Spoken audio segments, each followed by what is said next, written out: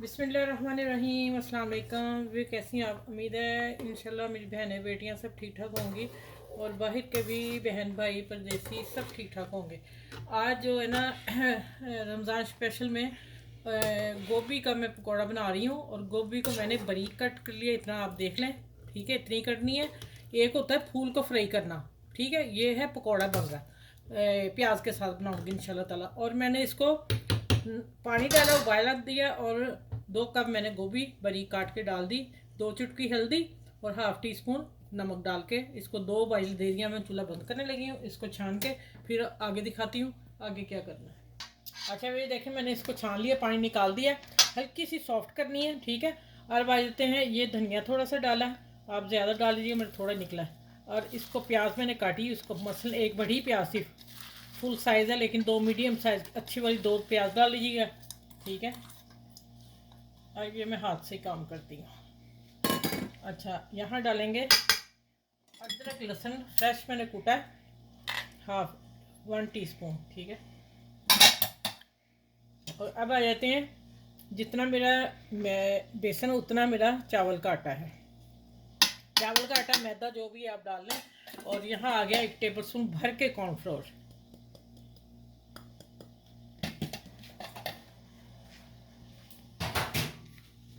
अच्छा अब मसालों में आप देख लें, मस्त सबसे ज़्यादा ज़ीरा 1 टेबल स्पून, ठीक है। इतने मसाले में 1 टेबल स्पून। और धनिया मोटा कुटा हुआ और पिसा हुआ, हल्दी 2 चुटकी, नमक हस्बे जायका, कुटी मिर्च डाल रही हूँ, पीसी मिर्च नहीं मैं डाल रही, ठीक है। तो अब आ जाते हैं कि ये मैंने 1 टेबल स्पून लिया है, हाफ टी स्पून लिया है। ये आपको अपनी मुताबिक, अपने जायके के मुताबिक आप चीज़ लेंगे। लेकिन फिर मैं बोलूँगी रमज़ान है, रमज़ान में बहुत लाइट खाइएगा तो आप बेहतर होगा। पहले हमने इसको मिक्स कर लेना, फिर देखना, क्योंकि मैंने गोभी को जो 2 उबाइल, पहले पानी उबाइल कर लिया था, फिर 2 ही उबाइले दिए हैं। हाँ मेरा ख्याल बहुत पानी कम लगेगा, शायद ना ही लगे। ये देखें, प्याज ने भी पानी छोड़ा है और गोभी भी गीली थी। हल्का सा मैं देखती हूँ छिटा डालूँगी। पहले इसको आपने अच्छी तरह यहाँ कर लेना है और मसल लेना है, और फिर उसके बाद हम पानी डालेंगे ज़रूरत पड़ी तो।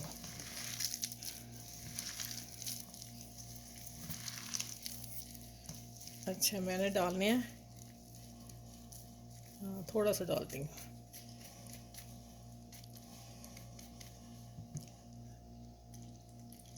एक टेबल स्पून डाला है, फिर देखती हूँ मैं।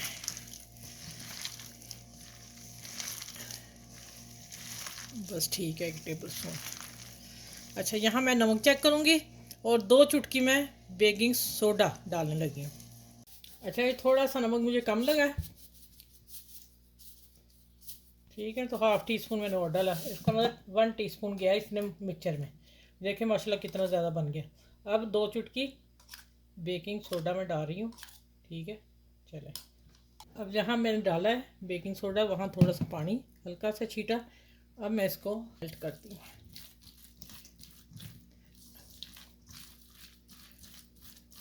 चलें अब चलते हैं किचन में। आप मेरे चैनल को लाइक करें, शेयर करें, सब्सक्राइब करें। और जो मेरे चैनल पे अभी तक उन्होंने नहीं किया तो प्लीज़ वो भी मेरे चैनल को न्यू सब्सक्राइब कर लें, ठीक है। चलें अब आते हैं किचन में।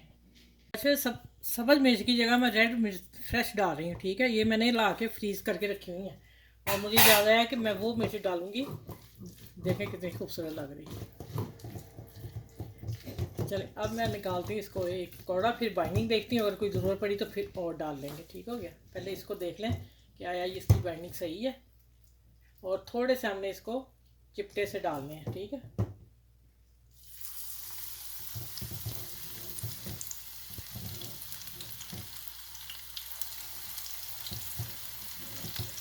मुझे ठीक ही लग रहा है लेकिन देखते हैं। ये हाथ से ही निकलेंगे, चम्मच से नहीं निकलेंगे, ठीक है। और ये आप हाथ पे ही काम करेंगे। रमज़ान स्पेशल है तो फिर मज़े लेने हैं, तो फिर काम भी करना पड़ेगा।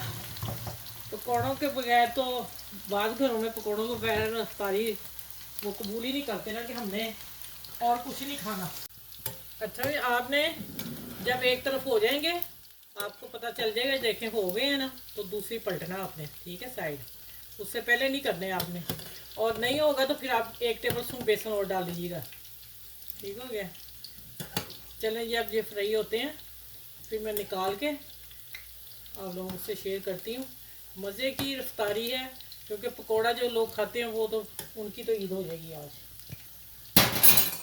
आज थोड़ी सी बढ़ाने लगी हूँ कि गोभी तेल ना पी ले ज़्यादा। देखिए मैंने कम की थी।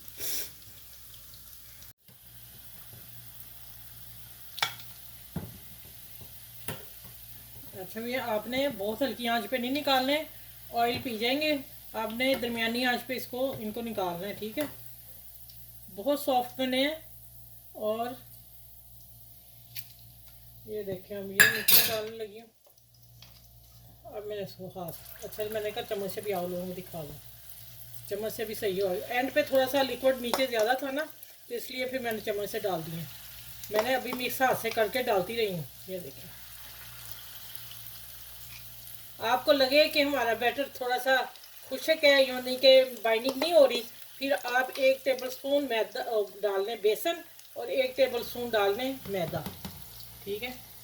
चलें ये अब निकलेंगे, बाकी फिर सारे निकाल के फिर पूरे प्लेटर आप लोगों के सामने लेके आते हैं। आँच बढ़ा दी मैंने, क्या ऑयलिंग ना हो। ये मैं कढ़ाई में रखती जा रही हूँ, फिर प्लेटर से जाऊँगी ना, ठीक है। अच्छा माशाल्लाह देखें, बेहतरीन और इतनी सुपर खुशबू आ रही है, मैं आपको बयान ही नहीं कर सकती। जब आप निकालेंगे बनाएंगे तब आपको पता चलेगा कि आप ये क्या कह रही थी। ठीक हो गया। चले ये अब मैं प्लेटर आपको सेट करके फिर मैं मिलती हूँ सारा, ठीक है। आपने भी गेस्ट आए या अपना, तो आप इसी तरह सेटिंग करके रख के माशाल्लाह रमज़ान में इस तरह खाएं, एंजॉय करें, और दुआओं में याद रखना है। और बताती हूँ, और माशाल्लाह ले सुपर डुपर बन गए हैं। ये हैं गोभी के पकौड़े, ठीक है।